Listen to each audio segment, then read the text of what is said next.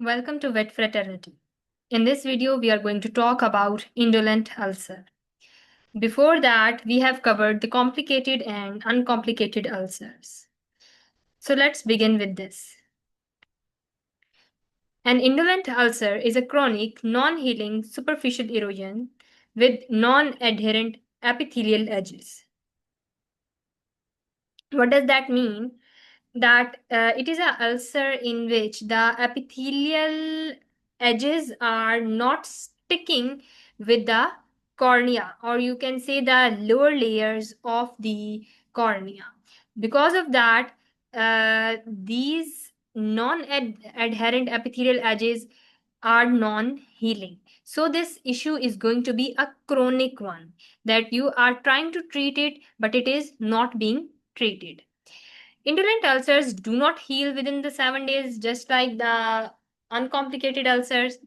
They also do not have stromal loss or are not uninfected.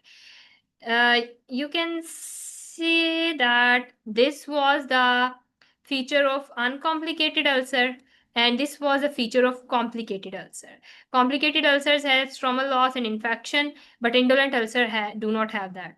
And the uncomplicated ulcers used to heal within 7 days, but indolent ulcer do not heal in 7 days. Also, the indolent ulcers have loose epithelial edges to ulcers like this. It is this point being repeated again, but you will understand that with the image better in the next slide. The other names for this kind of an ulcer is spontaneous chronic corneal epithelial defect, SCED. So this is another name, and also the boxer ulcers because it happens in the boxer breed of the dog. So here it is. You can see this is the corneal epithelium that is not being attached, although it is not being removed, but it is also not being attached to the layers underlying. So that's what make it like the detached epithelium from the cornea, named as the indolent ulcers. This is an image from Merck Manual of the indolent ulcer. You can see this membrane being like loose epithelium that is detached from its surface below. Next are the causes. Causes for ulcers are like they occur spontaneously, and they occur due to any trauma that happened. Now the diagnosis is done by the fluorescent stain that binds with hydrophilic stroma but not the hydrophobic epithelium. So, but what is the difference between this ulcer and an uncomplicated ulcer? Because it does not reach into the stroma. So, how to differentiate based on staining when it comes to uncomplicated ulcer and the indolent ulcer? Well, when the indolent ulcer stain appears to permeate under the epithelium, giving hazy or hollow effect. So you can see since the epithelial lining is being detached, so the stain will go under the surface of the epithelium also. So here also it is going underlying. So this thing gives the hollow or like hazy effect to this ulcer. So you can see from the above, in this portion the epithelium is being removed, but in this area the stain is being deeply penetrated in this area also, because yes, epithelium is there, but epithelium is being detached, so the stain will slide into or slip into these areas also and get attached there. So this is called as hollow seen between the seen in the case of an indolent ulcer. But if it would have been an uncomplicated ulcer, you would have seen staining only in this area, not in these area also. So that's the difference between uncomplicated and then indolent ulcer. Okay, the treatment of the indolent ulcer. First, you have to give local anesthesia to the eye, proparacaine or tetracaine, anything like that you can apply. After that, the next step is to debride of the abnormal epithelium. How to do the debridement? Debridement can be done by cotton tipped applicator or diamond bar debridement.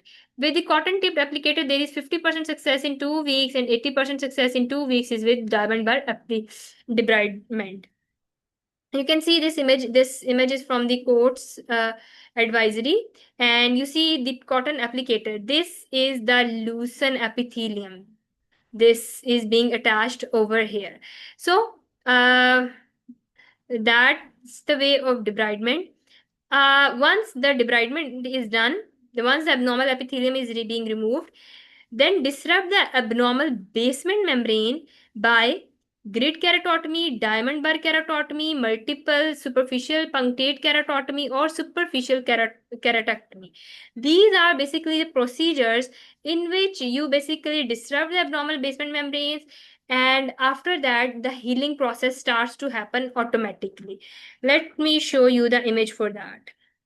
This is a keratotomy. This is the diamond bar keratotomy. This is being used to basically disrupt the basement membrane, and then the healing after that start. It's just like the other type of a debridement, you can say.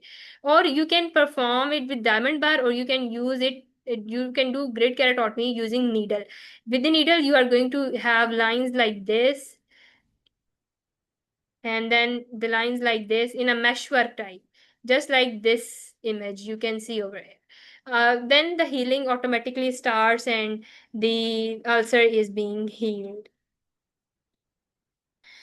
After that, you are going to use broad spectrum antibiotics also thrice a day or 4 times a day as a prophylaxis. Also, this, although this is not an infected ulcer, but you are going to use this because infection can happen.